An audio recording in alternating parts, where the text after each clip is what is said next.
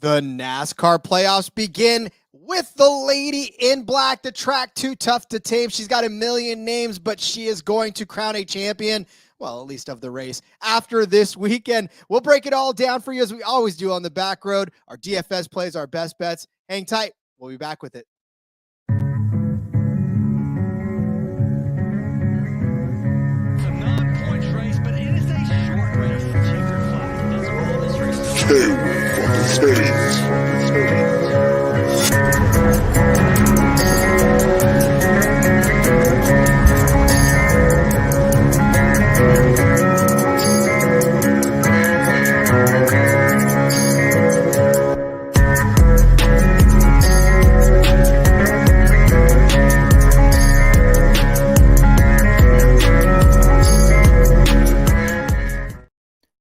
Welcome down the back road. We are locked and loaded. Summertime is coming to a close, but oh baby, the racing continues. Seth Woolcock back with you, joined by Hot Rod via Gomez as we take on Darlington for the second time this season. Rod, how are you feeling? Kids are back in school, but we still got a job to do here on Thursdays, my friend.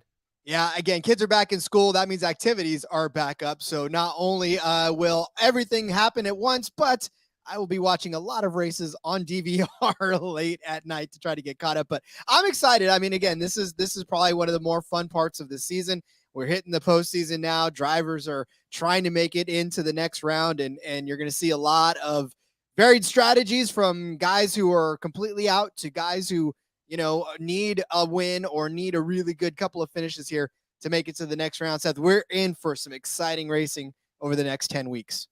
The playoffs, man, like they really, the first round especially is always exciting to me. Like who is legit, who is not legit. And Darlington is kind of that perfect proving ground for it because this is usually a track we see those contenders, the guys who can manage their tire wear the best out front. So we're going to break it all down tonight, guys. We're going to give you our in-depth look at analysis, some of the trends to keep an eye out for, some of our data sets. Then we'll get into the DFS and the bets as well. But first, guys, we do have to look back from what was a very exciting yet chaotic Daytona race in the rear view.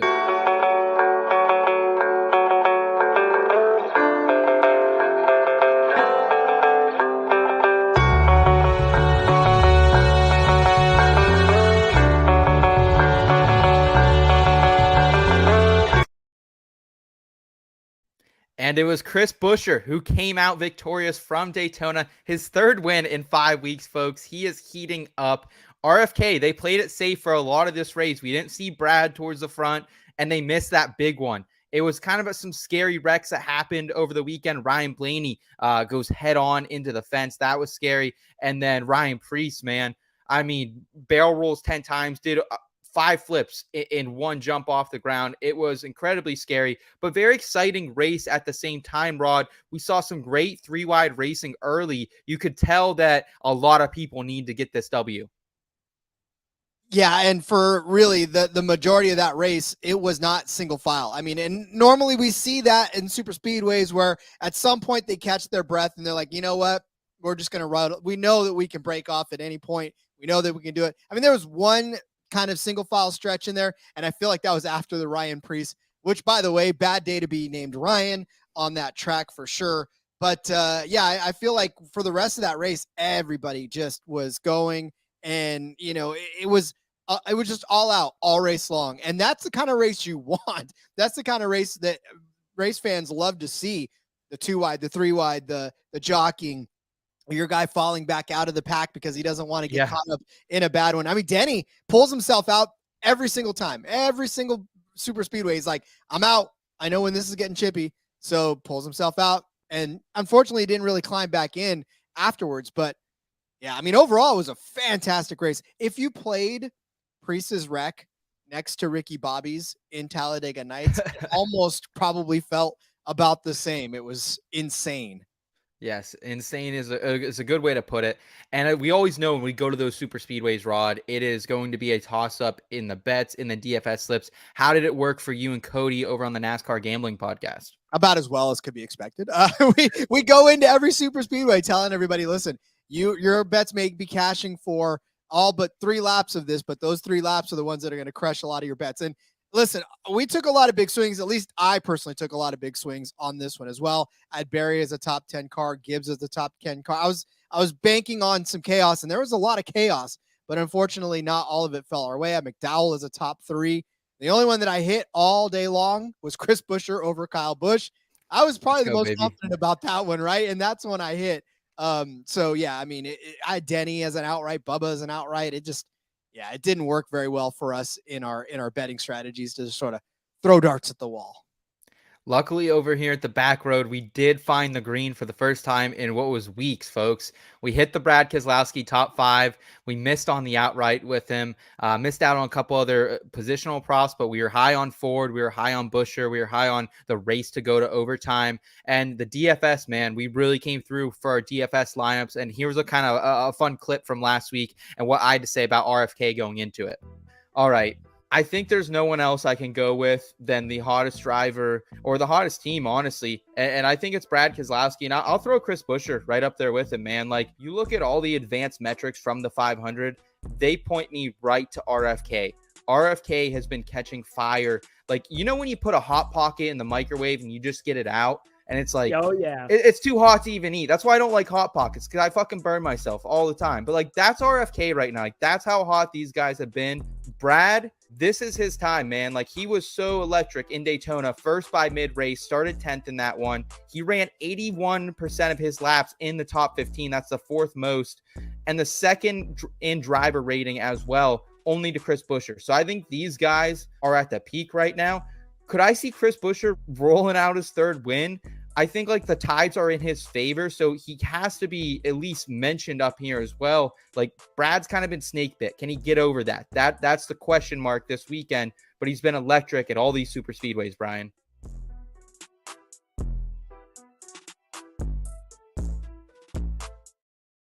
Well, the answer was no. Brad could not get out from being snake bit. And I think Brad probably could have won that race if he really wanted to. He could have pulled out and challenged Buescher, but he was being a great team owner and a great teammate to him. So we were right in a sense last week, Rod, with the Chris Buescher call to get his 3rd win. So congrats to Buescher and that RFK team.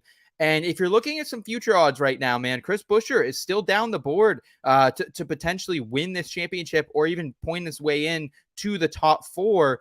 Are you interested in Buescher or RFK long-term here, Rod? So Chris Buescher, I really am. I think you got to be hot. You got to be hot at the right time. And I said this on the NASCAR Gambling Podcast as well. It's not how well you did. It's how well you are doing, especially in the playoff scenario, the way they have it right now. So I think if you catch fire at the right time, it goes a long way into your confidence into the playoffs. And listen, Chris Buescher has done well over a myriad of different tracks, right? We're talking road courses, we're talking super speedways, we're talking, regular ovals. He's performed well over all of them. And what we have left in the playoffs is a smattering of all of them. So it's not as if he just did well on an oval or 2 ovals, right? Right. Yes. And well over everything. So that's going to go far into this playoffs because he knows whatever road course lays ahead, a roval, doesn't matter. Whatever, throw something at me, I can conquer this and come out with a good finish, if not win this race. So I think that's going to play very well into his playoff chances. Yeah, last week, guys, Caesars dropped some odds for some futures to get into the championship for. Buescher was still pretty down low on that list, considering how many playoff points he already has going into this thing. So something to consider there. But let's go ahead. Let's move forward and specifically talk a little Darlington here in our next segment, Horizon Forecast. Hey, Michael, it was only 20% chance of rain. I think we got all 20.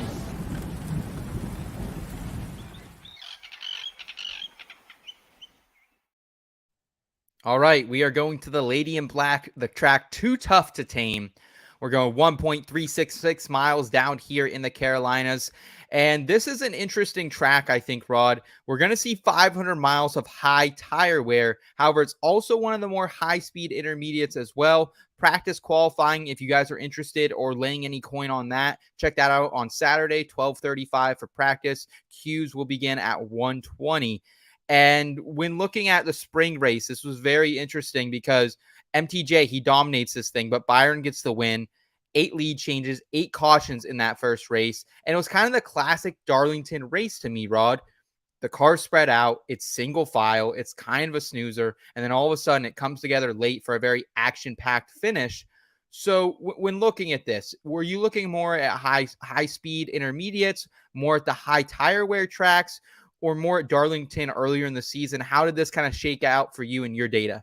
So I was looking at Darlington earlier in the season, took a little bit of a look at Gateway and Nashville because those are sort of the not mile and a half, but not necessarily, short tracks. It's that because it's 1.3 miles, right? I mean, obviously this is not your typical intermediate track. It's not your typical mile and a half. So there's really no other track to kind of gauge it off of. It's its own beast. Plus with the turns being the way they are, the way the track's configured, she really is the lady in black. She's her own track. Like there's no other thing to do. So I took a lot heavy into Darlington because like you said, 145 laps Martin Truex led last in the spring. I mean, that's the way it is. There's been a 100 lap leader a couple of years ago. That's how this thing is. So you took a look at that and who's been up front for a lot of these past races too, especially this spring and beyond. And something to factor in here too is that it is the first playoff race. And I pulled a couple trends looking specifically at the first playoff race. And the worst finish in the opening NASCAR Cup Series playoff race across since there's been NASCAR playoffs was Jimmy Johnson for the eventual champion, 12th place finish in 2016. So I think this is something that we can keep in mind here. If you are betting on a driver like Truex, or we talked about Buescher earlier, Denny Hamlin, someone you expect to do well in the playoffs and in the rest of the series in general, maybe consider them this week for an outright or for your DFS lineups. And also another trend here, Rod, 4 times the winner of the opening race has gone on to win the championship. Last in 2017, Martin Truex Jr. Are you factoring that in at all? Are you factoring in that if you're going to have a heavy playoff contender, they should be favorited here in our betting and DFS slips? Well, you see it all the time, especially now that they're highlighting all of the playoff drivers on the side pylon when you're on your wide, and it's all the top 10 is all yellow or all, like it's all, they all seem to run together in the playoffs. It's very rare that you see a playoff driver down in the middle of the pack or even, heaven forbid, at the bottom of the pack. So as you are constructing your betting cards or your DFS lineups, you have to take into consideration that they're in the playoffs because you always see it. I mean, it's visually you can see that this is what happens. And so they all run in a pack together. They're all within the top 15 cars on a week-to-week basis. So you do have to take that into consideration. And listen, as far as Martin Truex Jr. goes, spoiler alert, if you listen to the NASCAR Gambling Podcast, there will be some very high praises sung about that guy. And I mean, could he do it again? I think there's a very real chance that he could end up winning the first race of the playoffs and go on to win the championship again this season. It's, you have to take that in consideration with a guy like him, especially the way he's turned his season around from last year. It's night and day. And you kind of love to see that story continue. And Hollywood script writers are probably feverishly banging out the pages for Truex, the turnaround for their script. 100%, Rod. Last trend I have here, just to pay some mind to, the winners come from the top 10 83% of the time. That is much higher than a lot of the tracks we cover on the back road during the NASCAR Cup Series circuit. And it's just something to keep in mind. Like last week was a week to take some long shots. I do have a longer shot in the odds that I will be taking a little bit of a gander at, but outside of that, like, it's still someone who is very much in the playoffs, still very much considered for a top 10 here. But I think we need to just mind that. Like we don't need to be taking any crazy Harrison Burton shots or, anything crazy. This is not the time to get wily, Rod. Not even a little. And you see the veteran guys, Cody had brought it up too on our show. You see the veteran guys rise to the top in a race like this because it's been on the schedule for so long, because these guys have so much history on this track that it's very hard for somebody who has not run several races on this track to gain a foothold. And there's not, like you said, as much chaos as a place like Daytona, as a road course, even that we've seen far this season. It's pretty cut and dry. It's pretty cookie cutter. There's going to be a lot of action, but there also is going to be a lot of not action at points. So you got to kind of settle in for the ebbs and flow of this race. This is a great race. Like if you guys have family over or anything like this, I know it's a holiday weekend. Like get some chitter chatter in. You know what I mean? Like there are some races I do not want to be bothered. Like, don't talk to me. I'm locking myself in the room. This is one you can have a little chit chat, have a little, beers and liquor flowing for this one. But yeah, just something to keep in mind there. Let's go ahead. Let's get a little driver specific here in tire tiers.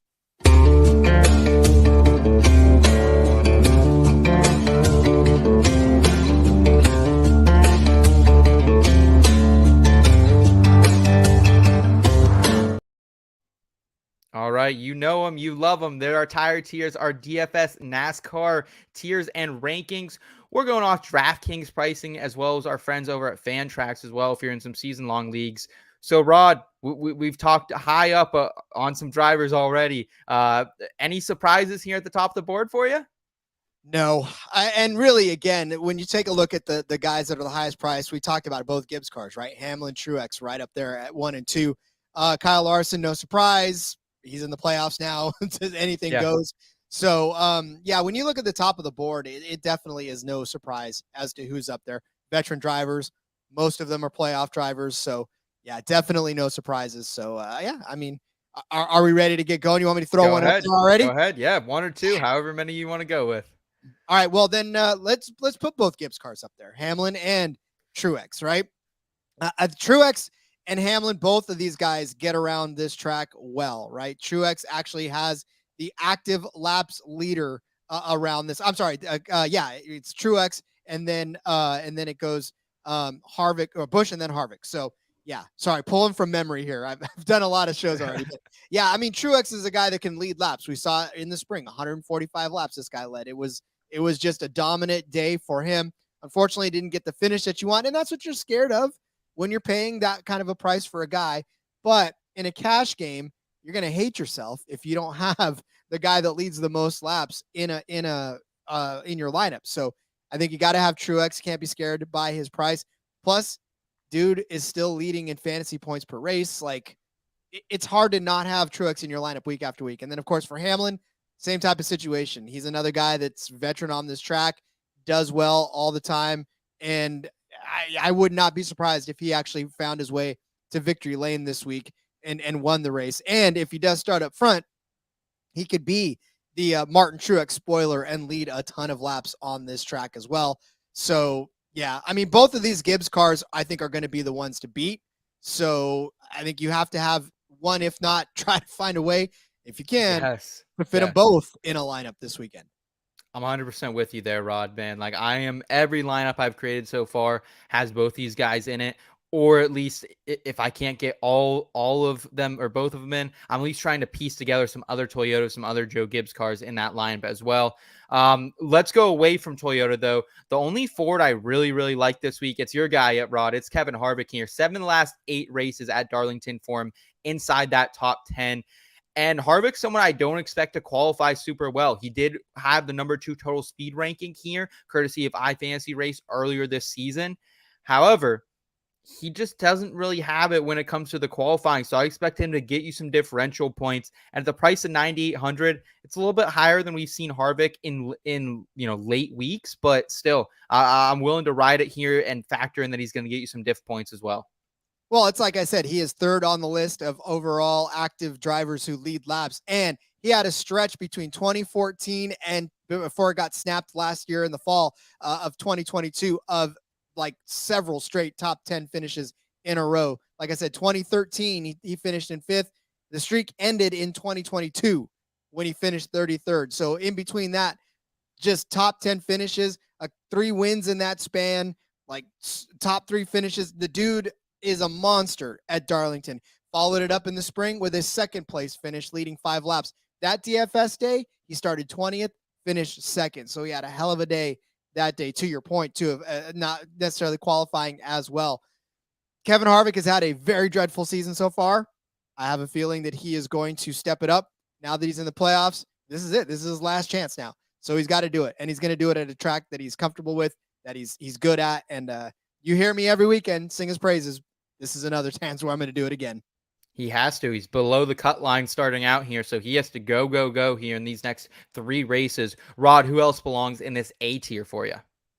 Believe it or not, Chris Buescher. Guy's on a hot streak. right? You cannot deny what the guy's been doing lately. 3 wins in the last 5 races, top 10 finishes in the ones where he hasn't. It's Chris Buescher's world right now, and we're kind of all just living in it. And for Chris Buescher to still be somewhere in the vicinity of where he's at price wise, it's definitely, he's $8,900, right, for a guy that's won 3 out of the last 5 races. I don't see that slowing down. He's going to get you a top 10 finish this week, and at $8,900, that's not a bad return. He may even lead you some laps. Who knows? But I definitely think that Chris Buescher's in for another solid day. And for DFS purposes, you got to have him in one, if not more, of your lineups, especially 8,900. That's good salary relief right there for a driver is going to be a top 10 driver. Yes, sir. Yes, sir. I'm going to go with a driver who has snake bit me in the ass so many times this year, but I think he's well warranted here. Let's give it up for number 20. That's Christopher Bell here.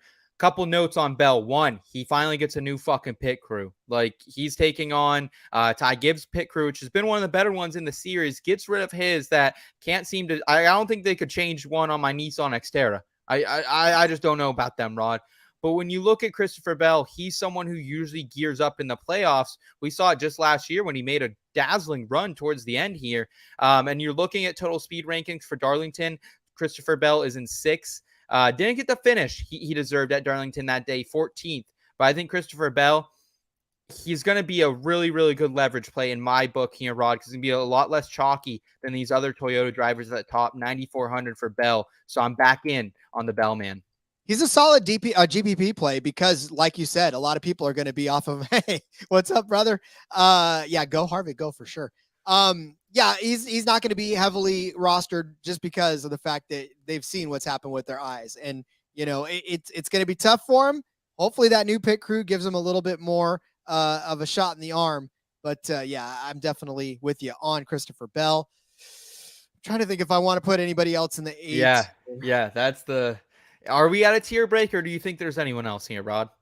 I can't put Larson in the top tier. I can't, not at that price. Like I feel like I think like he's a B driver. And I say that as sacrilegious as it is, he's 10,500, but boy, you look at what he's been doing lately at Darlington. It has not been good for him. Over the last 3 races, he started 2nd in 2022 in the fall, finished 36th, started 7th in 2022, finished 12th. Now that's not a bad day, but it's not really a great day when you're losing place differential points and you're not leading any laps.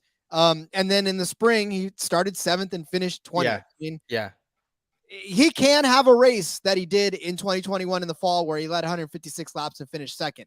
He could do that, but he hasn't really done that lately. This is not the Kyle Larson that we're used to seeing in that championship run. So I think you have to have him in a lineup or 2 just in case he decides to pop off 150 lap sled. But I think you're safe if you don't go heavy on him on the off chance that, on the likely chance that he finishes 20th again in the fall. Yes. And I'm going to go with the guy who took him out here as well in the driver B tier back there in the spring. It's Ross Chastain, man. And how big do your britches feel? That's whether you want to play Ross Chastain or not. Number 1 in total speed ranking. He was the fastest car at Darlington and just had so much trouble. Could not stay out of trouble. Got into it with Kyle Larson. Comes in here 9,600, the fastest we've seen him in a while. The recent performance, though, that's, I think, the issue with Ross. And also, he's another one who could kind of F you in points differential as well. So he's a B driver to me. I actually think we can squeeze a couple more in front of him. I think he's kind of in the latter half of the Bs, but I wanted to bring him up. I'd also like to mention while we're here as well, Rod, if it's okay with you, Bubba Wallace. I think Bubba Wallace is going to be a great value this week at 8,200. That's a guy who finished 5th here in the spring, 9th in total speed rankings. I'll talk a little bit more about him later, but I think Bubba's going to be a real contender here. And I don't know how much people believe in this number 23 car coming into the playoffs. And I love that play. In fact, I think Bubba Wallace has been one of those stories that are going to follow into at least the first end of the first cut line of the playoffs. He'll definitely be trying very, very hard to make some noise in the playoffs. And I think, yeah, you're right. He's on a decent enough run right now to where he can be a good DFS play. He could be a good betting angle too, at least for the first couple of races of this playoff. So I like that as well. I think we're good. I think I like where this is because I can safely put Kyle Busch in the end of this B tier, or if not around the end of this B tier. You would put him over Chastain. Well, so the only reason that I'm reluctant to put Kyle Busch even in this B tier, right? And I think I'm only doing this out of respect for Kyle Busch, but you look at what he's done since Atlanta. 36th at Loudon, 21st at Pocono, 3rd at Richmond, yay, but 37th at Michigan, 36th at Indy, 14th at Watkins. Finally had a decent enough day at Daytona to finish 7th. And Darlington has not necessarily been all that kind to him over the last few years either, right? 7th place in the spring, okay, but this was a Kyle Busch that was on fire to start the season, right? This was a guy that was like, hey, man, I'm in the 8 car, I'm making a statement. Well, his statement has not been that great lately, but his statement hasn't been good at Darlington either. 35th in 2021 in the fall, 33rd in the spring of 2022, 30th, 2 crashes and an engine failure in that span. Now, he can, like we said, pop up and have a good day for you like he did in 2020, where he started 26th and finished 2nd, or in the last race of 2020 on this track where he started 15th and finished 7th. But that Kyle Busch has been missing for a while. So are we going to get him this week or not? That's the risk you take. Don't go heavy on him, but I still think he deserves to be mentioned in the Bs because I don't think he's quite a C driver yet. Yeah. Also belonging here in the Bs, it's William Byron, man. Byron, it's funny that we haven't talked about him, the guy who won this race in the spring, Rod, but it is 10-2. That's what you're paying for him right now on DraftKings. I think that's, the stomach or the price we have to stomach here. Still averaging 43 DraftKings points per race here, and was number 2 in total speed rankings that day. I like Byron this week. I just think there are other drivers in that price tier I like a little bit better. No, I agree. And in fact, one of those is, and I can't believe that I kind of overlooked this one, throw the 6 car in front of the 5. Brad Keselowski. If we think that Chris Buescher is going to be good, Brad Keselowski is going to be good. You even called it last week too, when you said these guys always run together, because it's true. They always run together. They're always right there. In fact, it was Keselowski, it was Buescher in that final lap. And he is, and I said this in the NASCAR gambling podcast too, where he's like a proud parent, right? Like a parent who's accomplished everything. And now you just want to see your kid have that same sort of sense of accomplishment. That's kind of what it feels like now, where he's like, listen, I've done great things, son. Now it's your turn. Let me push you into the spotlight so you can be great now. And that's what we're seeing out of Keselowski. And it's such a great story. It's such a good feeling, especially as a parent, to see somebody else sort of assume that role. And yeah, so I think Brad's in for a good one this week. If Buescher finishes top 10, Brad is. So at $8,700, it's a damn good DFS play. I agree with you. One other driver I think being a little bit overlooked here is Joey Logano, the number 22 car. You look at these high wear intermediates since 2022, Joey Logano is the number 1 in the total speed rankings. Darlington wasn't his best earlier this season. I think that's why people are a little bit scared off of him, Rod. Comes into the day, didn't have a very fast car, ends up finishing 18th. I think that's why everyone's a little bit scared off the number 22 car, but I think Joey's going to bring some fire here in the first round of the playoffs. And let me tell you, man, if you're looking for leverage, I don't think anyone's riding Joey Logano with how he's performed for DFS owners so far this season, averaging just about 29 points per game. So I will throw him in there for the Bs. Anyone else you think that belongs there? Or do you want to drop down?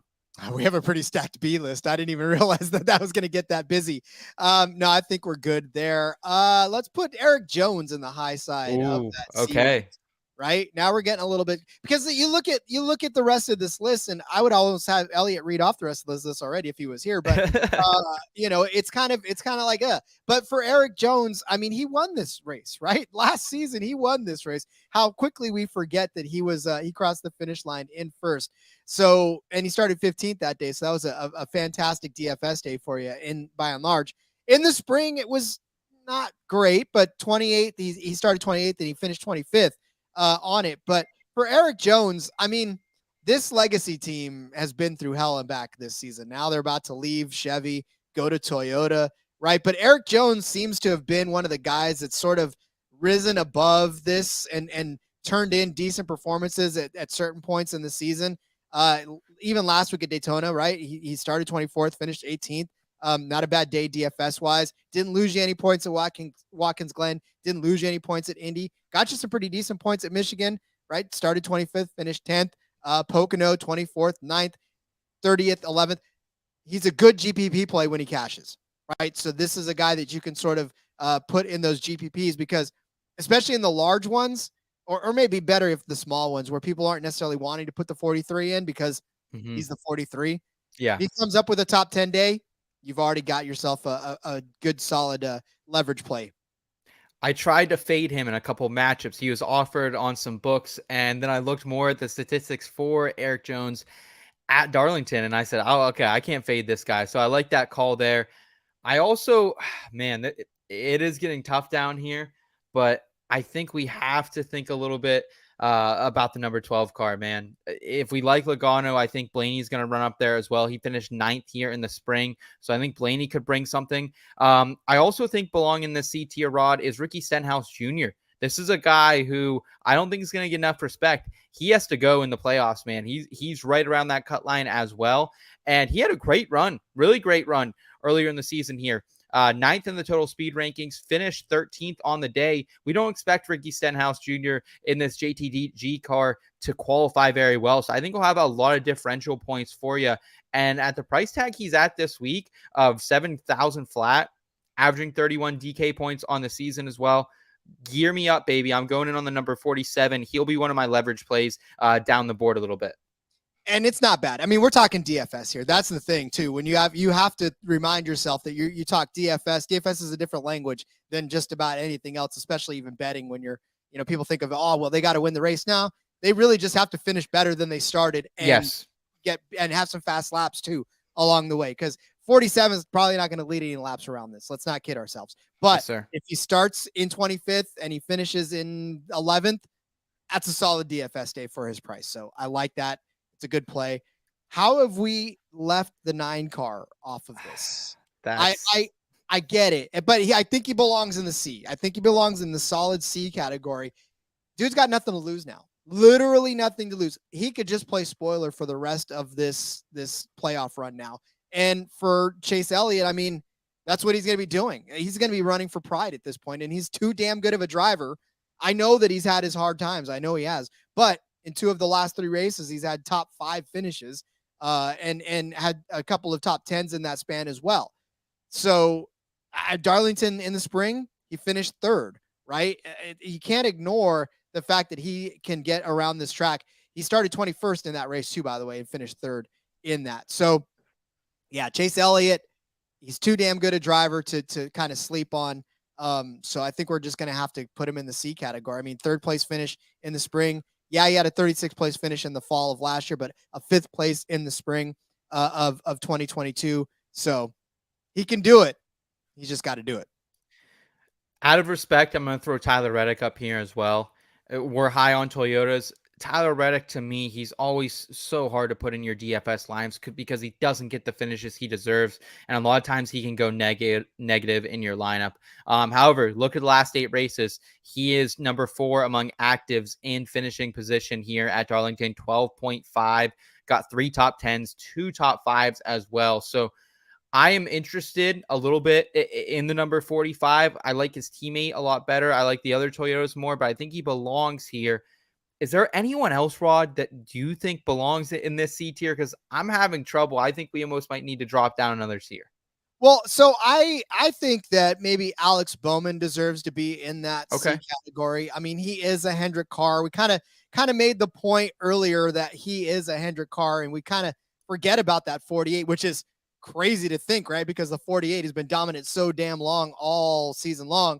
But he's had some pretty decent DFS days for you over the course of the season. He finished 10th here in the spring, so not a bad day for him there. But I think if you're going to put Elliott up there, I think you got to put Bowman in the C category because I don't think he's really at a D category yet. And Bowman is $7,600, so it's not gonna cost you a lot to take a chance on him on at least 1 or 2 of your lineups. We got Alfred here in the chat saying, riding Elliott top 10 in the betting market. His car has to catch up to Larson Byron. You would think. I'm a little worried that maybe it just won't because all the resources are going to be allocated to this number 5 and this number 24 team. So I would love to hear what number you got him on, because I'm looking at Elliott and I'm seeing pretty high negative numbers across the board that I don't want to get invested in. Alfred, but I would love to hear what you're thinking there, and what number you got on Elliott here. Would you be interested in him in the betting market, Rod? Because I think I'm hands off on him until further notice. What are you seeing? I'm pulling up Caesars right now because I want to see what he is. I'm over at Barstool -150 for him there. Yeah, not liking that number at all. And then over on Bet Rivers, pull -129, so a little more stomachable. I He get got 125 on Caesars. I okay. think I would take -125 on Caesars. So there's Alfred. I would probably take -1. That's not too much to pay for a top 10 for Elliott. Okay. All right. I want to drop down here to the D's, and I know it's a guy that least sexiest guy, but we had him on the thumbnail. Let's give a little love to Aric Almirola here, Rod. Right now, the price is right at 6,700, I think, for Almirola. Looking at a guy who average finish here in his last 8 races, 12th among active drivers at 15.5. That's 2 top 10s as well. I don't expect Aric Almirola to be a top 10 car by any means, but I think he is getting disrespected. I even saw him for a top 10 out there at 7-1 as well. Couldn't stomach that still, but I think for DFS purposes, if I'm looking for a guy who is going to have a little differential and isn't going to get last in this one, it's Almirola for me. So I am interested in the veteran here. Yeah, SHR has just been such a mess outside of Kevin Harvick, and it's tough because, Briscoe, I'm not even going to talk about Briscoe, but yeah, I think if anybody can do it, Aric Almirola can have a good DFS day for you. It's tough, but that's why he's in the D's. So let's put Carson Hocevar in the D category. Okay. Yeah, that 42 car, Carson Hocevar has held his own in this car for sure. Unfortunately, for him, it's just he's not a full-time driver, and so it's a difficult situation for him to sort of be in. Josh Berry, not a bad finish in the 42 last week. He finished 22nd after starting 29th at Daytona. So for Carson Hocevar, he definitely is going to have just nothing really to lose at this point. And so for a DFS day, for somebody who you're just looking to not lose you points, I'm pretty sure Carson Hocevar is not going to lose you too many points at $5,700. I think the price is right for him. Awesome. 2 drivers I want to throw in this D tier as well. Ty Gibbs, 15th and 16th. That is 2 Darlington runs in the Cup Series. Again, talking about a guy who has nothing to lose. He just lost his pit crew. But outside of that, man, Ty Gibbs, like the sky is the ceiling for this guy. I think he's another Toyota who a little bit undervalued on the books. But I'm interested, averaging about 25 DK points per race. I can stomach that at 7,200 there. And the other driver we have to throw in here, but he's just been so dog shit at Darlington his entire career. It's Michael McDowell. Like, does he turn it around, Rod? Is there any positive signs for McDowell? Because he's only 7,400, and for a playoff driver, I'm interested in that number, but he just has no stats to back it up.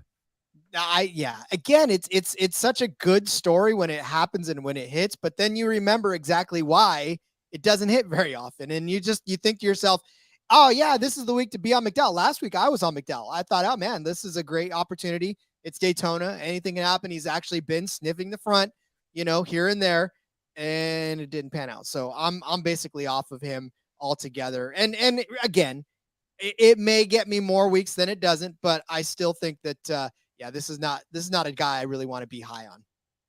Yes. So. Anyone else that you're kind of high on here as we get down to what I call the mid tier in the D's before we get to the total shit boxes in the F?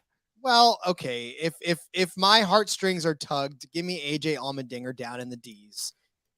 I know. You're a sap. My friend. I am a sap. But for his price, he's $6,400.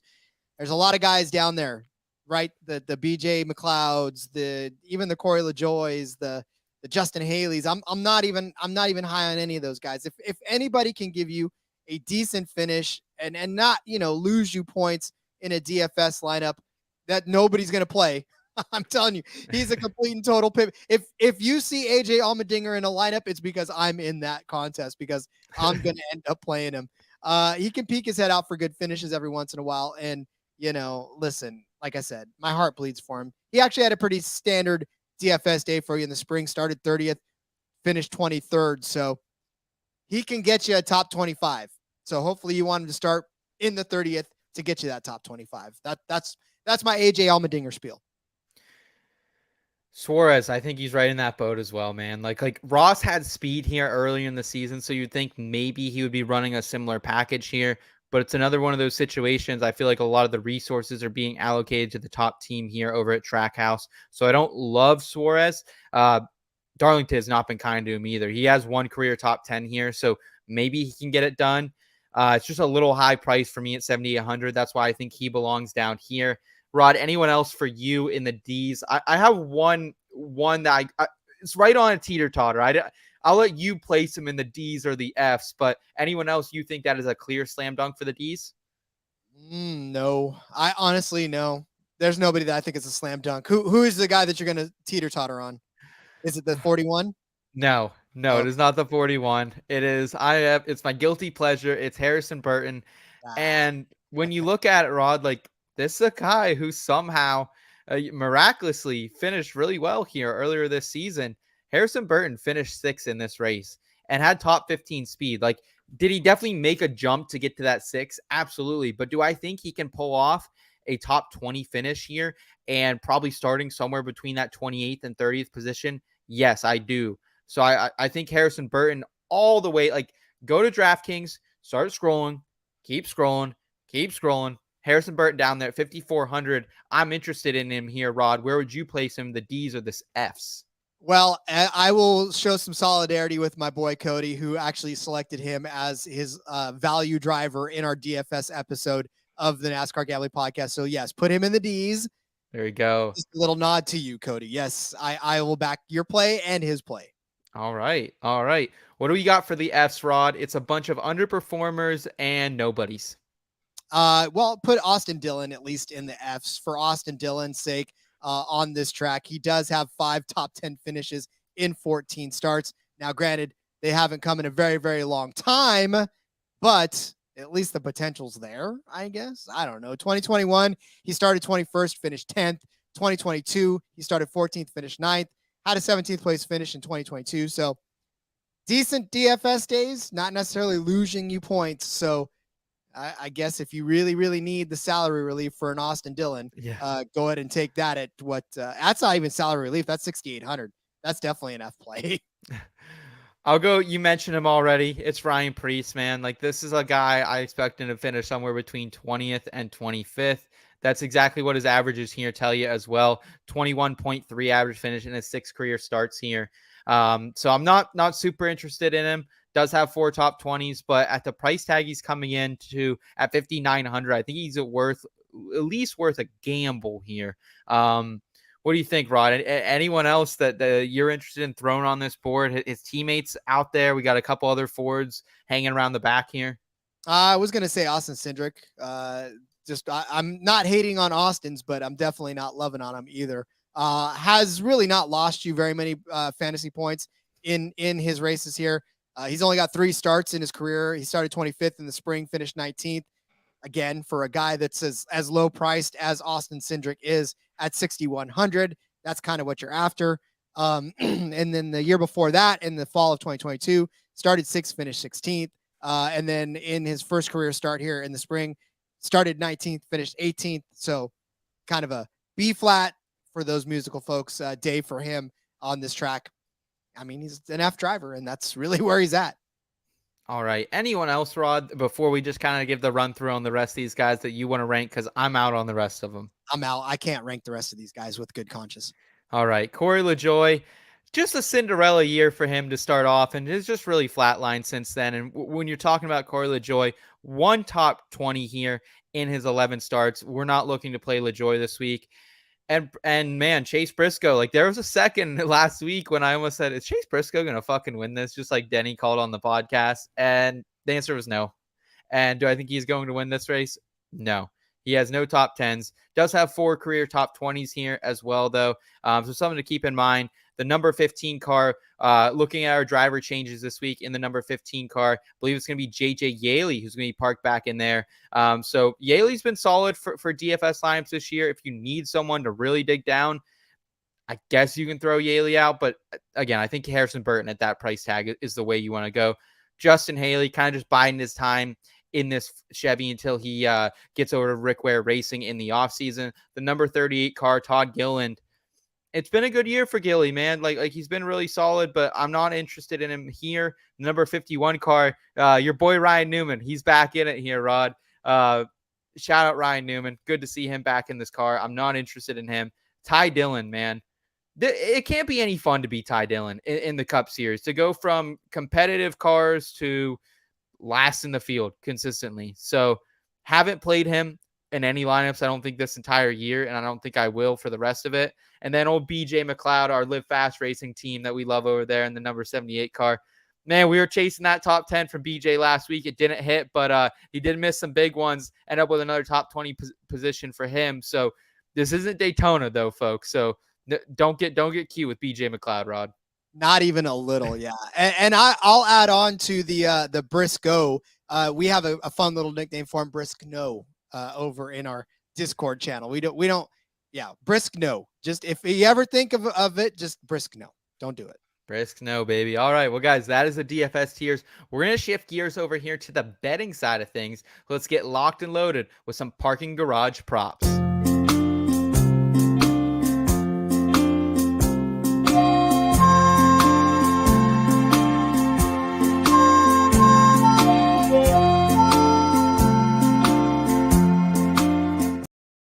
All right, we're bringing you home with the parking garage props.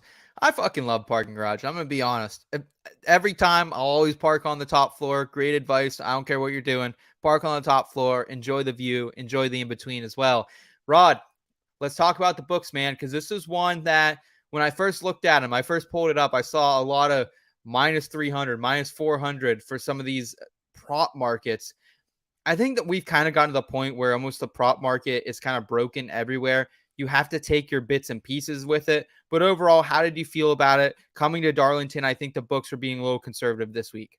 Well, I think they've learned over the course of the year that we're eating them alive when it comes to picking out bets, because that's just what we do. And obviously top 10 markets have been very, very ugly, I guess is what we can say. Yeah. Definitely not necessarily. You got to just find your value in those top 10 markets. But overall, I feel like I did okay finding stuff I liked. I knew that there was a set amount of drivers that I was looking at. So yes. I just had to find ways to get in on them that made sense. So I feel like I did that. If you're just somebody that doesn't really know what you're looking at, and you're kind of looking at that going, wow, that's pretty bad. That's a bad price. Outright winners at, lower than your normal. Yeah. I feel like the books are starting to catch up a little bit to us, and I don't like it. I don't like it either, but it's the life we live and the bets must go on. So let's talk about outrights here, Rod. Anyone you were interested in playing at, might not be the best numbers, but if they cash, they cash. Well, and again, because Martin Truex Jr. is one of the favorites of that race, right? I got in at plus 500. Trying to look at him now, he's still at plus 500. Yep. So I know that we don't necessarily enjoy betting the favorites at low numbers like 500, but Seth, it's funny. We have to have this conversation real quick, because most other sports, right? When you say plus 500 to somebody on a football game, on a baseball game, that is a very long shot. That is a, they go, man, I'm getting 5-1 on that. I got to get down on that, because they're used to seeing minus 150, minus 130, right? And if they do see plus money, it's plus 110, plus 20. They get excited about numbers when it's plus 200. We swim in a world of 10-1s, of 12-1s, and those things hit week in and week out. So when we see 5-1, we're like, I don't really like it. So you have to shift your mindset sometimes. Martin Truex Jr. is a favorite for a reason. And at 5-1, most other bettors would just chalk that up to good luck at having that number. Yeah. And I'm interested, honestly, man. Like, you look at MTJ, I'm already down on this. You can also get in for a top 3 at Caesars, which I thought was a little bit of a value at plus 150. This is a guy who's won the first race of the playoffs 3 times. We touched on that earlier, and dominated the spring race. Ran the fastest lap in that race. most laps led, 145, and also number 2 in the total speed rankings that day. And when you look back at some of the historical trends here, number 1 in speed rankings at the high speed intermediates in total speed rankings since 2023, number 3 in those rankings at the high tire wear track since 2022. So I think there's a lot to love about MTJ. I am very interested. We got Lost Profit in the chat saying, "Sup, dude? What's up, man? Thanks for joining us tonight on your Thursday. We appreciate it." We got Alfred saying, "Any logic to Larson 5-1 versus Byron 8-1?" No, I don't get the 5-1 Larson number. It seems a little more volatile to me. I can't stomach that. What about you, Rod? Any thoughts on kind of that differential there when I think Byron should be the shorter number? Well, and we just talked about Larson too in the tire tiers as far as just not necessarily trusting him to win this race. So Larson 5-1 to win, I am not touching. And Byron, again, when you're talking about momentum and you're talking about a guy that has been good early in the season and has not been as good going into the playoffs, I don't like him to win this race at all. So I'm not touching him even Same. at 8-1. You know, that's even too short for me, I think, for Byron, who has not necessarily been the same Byron from earlier in the season. Agreed. And Lost Profit, we're going to get to top 10s in the placement props just here in a little bit. So hang with us and we'll make sure to get those for you. We'll throw out a long shot or two. Anyone else in the outright market that you're looking at, Rod? I mean, listen, when I'm looking at the outrights, I really locked myself in on Truex, but I found Hamlin at 8-1. Yes, we are locked in step, Rod. We are locked in step. What do you like about Hamlin this week? Well, again, it's the Joe Gibbs type of a thing, right? I mean, and for Hamlin, he has to prove again, really, that he is the type of driver that he is. And he's going out now and just sort of all this contract talk, all this noise that's going on around him. I think he needs to tune it out. I think this is a perfect race for him to do it. Again, you look at what he's done on this track in his career, right? 22 starts, 16 top 10s, 4 wins, 12 top 5s. He is he is 4th overall in total laps led on this track behind Truex, Busch, and Harvick. So this is a track Denny Hamlin has been good on for many, many years. I know this hasn't been the season that he's wanted, but again, if anybody can pop up and do this, it's Denny Hamlin. And I think the 8-1 is a little bit of a value here. I think why you're getting that 8-1 is he did not run well here in the spring. We can't sugarcoat that. And that is the risk you're taking here, Rod. Like, he had a shit ass setup. I don't know what was off there with that number 11 car, but it was off. 17th in the total speed rankings, but still finished 12th. Like he had a better finish than that car was. And all the Gibbs car that day finished in the top 16. And now they're reallocating those resources to 3 cars instead of 4. So I think for a guy who's number 1 among active drivers in wins at Darlington and number 1 in average finish by a large margin at 7.7, I think it's a very generous number. I'm also on Hamlin. I'll also be betting for him for a top 5 plus 135 at Bet Rivers. I think that was a steal when I saw it minus money most other books. So top 5 Bet Rivers plus 135, 8-1. I'm on that outright as well. I do want to throw one more out there. It's a little bit of a longer shot, but I've learned my lesson last week of not taking more outrights. It's Bubba Wallace, 35-1 at Barstool, plus 110 for a top 10 at Caesars as well. 9th in the total speed rankings in the spring, finished 5th. 5th fastest, though, late in a run. So he's going to have some late run Toyota speed. We always see it here at Darlington. Has 2 career top 10s here, including P9 in this race last season, Rod. So I like kind of hedging myself with a top 10 bet here and taking the shot on Bubba to win that 35-1. Because if there's a time he usually wins, it's late August, early September. So could this be the time we maybe see Bubba break out? I don't know. I mean, to me, it feels, yeah. I definitely 35. Be honest with me. No, seriously, 35-1, that is worth speculating on, because if it does hit, you are going to be a very happy person. But there's a lot that he's done well, right? He's done well lately. He's gotten over a lot of the demons that live inside of his head, and he'll be the first to admit that he's harder on himself than most people are on him as well. So the progression from finishing well to winning, I think that takes a couple of races. So I feel you on the Bubba Wallace with a win eventually. I think it's coming in this playoff round. I don't know that it's coming in this one, but if it does, and you're holding a 35-1 ticket, you aren't going to get that again, right? I mean, he'll shorten up next week, especially if he wins this one. So grabbing it now at 35-1 and hoping that this is the time he wins, that's not a bad plan. Yeah, I mean, he's been fast at these high speed intermediates. We know what he's done at Kansas. He obviously has a W there. Las Vegas, pretty good this year as well. Just at Michigan, top 10 speed ranking as well there. So I'm interested in Bubba there. Rod, let's move to the placement props, though. Is there anyone we haven't talked about? Obviously, I'm betting some placement props on these guys we just talked about, Bubba, Denny, Martin Truex Jr. Is there anything else you're seeing there, and what kind of seems like a broken market nowadays? Well, so when who was it? Alfred had talked about who's the long shot. Alfred, when you look at the long shot top 10s over here, and I'm going to consider a long shot somewhere in the vicinity of 5-1. You got Hocevar, Almirola, Burton, Haley, Briscoe's at 8-1.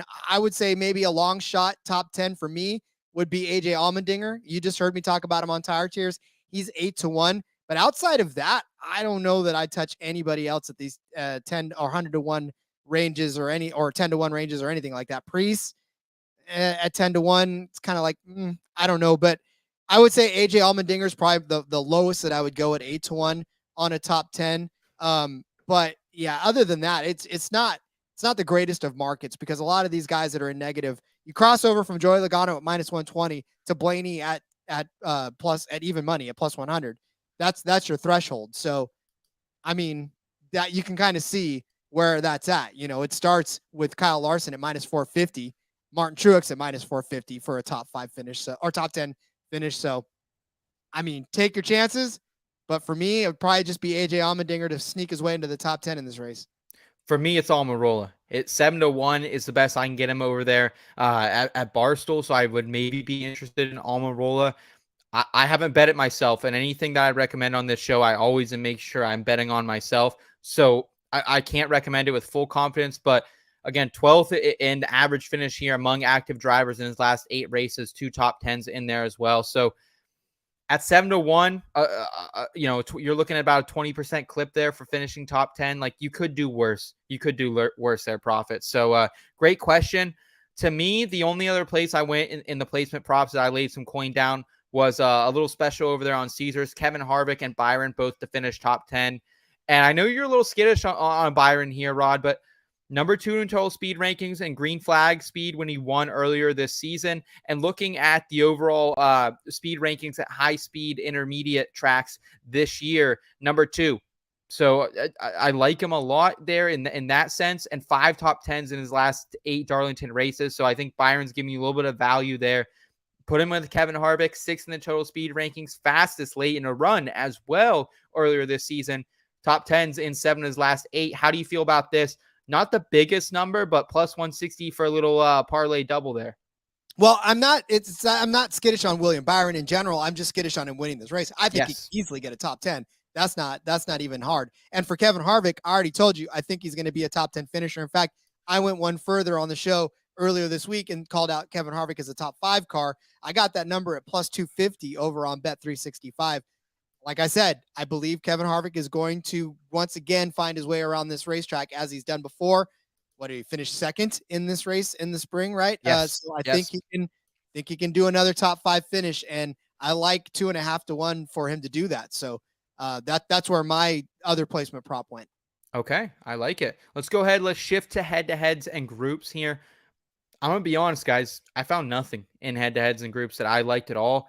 There were a lot of teasers out there. I thought about taking Ty Gibbs over Eric Jones just because how Jones has kind of ran these last couple of weeks. Ty Gibbs, I like the Toyotas. I couldn't get behind it when I looked at Jones's finishes here at Darlington. I have nothing here. I have one special I want to throw out, but other than that, Rod, is there anything in head-to-heads in the groups that you found that maybe I glanced over and missed? Bookmakers, if you're listening, give us BJ McLeod versus JJ Yaley. We need it on this stuff. I don't care. You don't have to keep tossing the same names out to us every single week. Logano, Blaney, anyone? Fucking week. Every week. It doesn't. The front runners are fine and well. That's fine. We'll keep betting on them, I guess, if we have to. But widen the field. Give us more. We'll take more. I don't care at this point. So there is one that I did kind of zero in on, and that's Alex Bowman, Daniel Suarez. I'll take the Alex Bowman part of this. We kind of laid out earlier about Alex Bowman. Yeah. sort of surprising us in this race. Hopefully, this is minus 120. I know we're conditioned as NASCAR bettors to not like negative numbers, but a minus 120 is not that much juice to pay for a bet that's probably going to end up cashing here in the end. And he is the favorite in this matchup, but yeah, this is the only one that I found that I even want to suggest. Where'd you find that at, Rod? That's at Caesars right now. Okay. Oh, yeah. I don't mind that one, actually. I am kind of fading Suarez this week a little bit, so don't mind that. Let's jump down to specials then. The only place I want to go here, I found over at Bet Rivers, Toyota plus 150. I haven't found any Joe Gibbs numbers either for a Joe Gibbs team win. I would also be interested in betting that when I find a number. Maybe that comes after practice and qualifying. I often see that over at Barstools, but it's sometime later in the week. So I'm interested. We've talked Toyota all night, Rod. So I think plus 150, pretty generous number. Yeah, I think so too. And for, again, those type of bets are always fun to place anyways, because you're always trying to find the value in them. Much like mine, I actually have my winning car number. I'm back on it again. Winning car number between 10 and 19. Ooh, I missed that one. That's 2-1 over there on Caesars. Obviously, what that gives you right off the bat, it gives you both Gibbs cars, right? It gives you the 11 and the 19 right there. So that's already enough to make you want to say, okay, I'll take that one. But it also throws in Chase, or not, it doesn't throw in Chase Elliott. Chase Elliott's the 9, dummy. But it also throws in Ryan Blaney if he accidentally wins it, right? Chris Buescher, if he's in there too. So there's at least 4 good cars in there at 2-1 that you can cover a lot. And that's not that much of a step down from betting a Truex or a Larson in this race, I don't mind that at all, Rod. I actually think I will be adding that to my card. I love when you come on the show because you always make sure that my numbers are in order and you're throwing out some of those good specials. Guys, we appreciate everyone tuning in tonight, man. It's been a blast. Football season is starting up. We're going to be busy over here at the IBT with that, but we are still going to bring you some great NASCAR content between here, our website, inbetweenmedia.com. So make sure you guys are subscribed to the channel. Give this video a thumbs up. The growth has been sensational here in 2023, and it's all because of people like you guys listening, commenting, liking, sharing with your friends. So thank you so much for that support. And Rod, I know you have so many other ventures going on as well, including what I consider possibly the top NASCAR betting show in the space. So go ahead and plug that and tell us what you and Cody have going on over there.